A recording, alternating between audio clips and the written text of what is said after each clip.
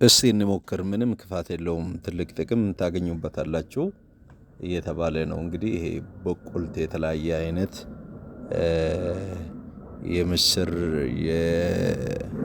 እንደገና ደግሞ የፌጦ የአተር እና የተለያየ ጥራጥሬዎችን በቆልት አድርጎ መብላት በጣም ለጤና ጥቅም አለው።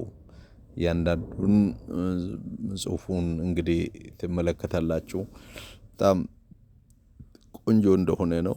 በተለይ ትግራይ አካባቢ በጣም ነው የሚዘወትረው ይሄ በጣም ይወዱታል።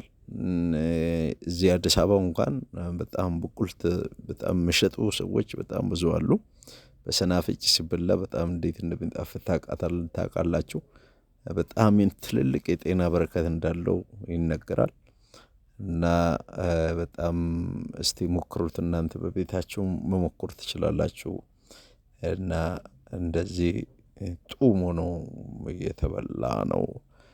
እናመሰግናለን መልካም ጊዜ ይሁንላችሁ ሰላማችሁ ይበዛላችሁ ይሁን። ቤታችሁ ህይወታችሁ ሁሉ በበረከት ይሁን።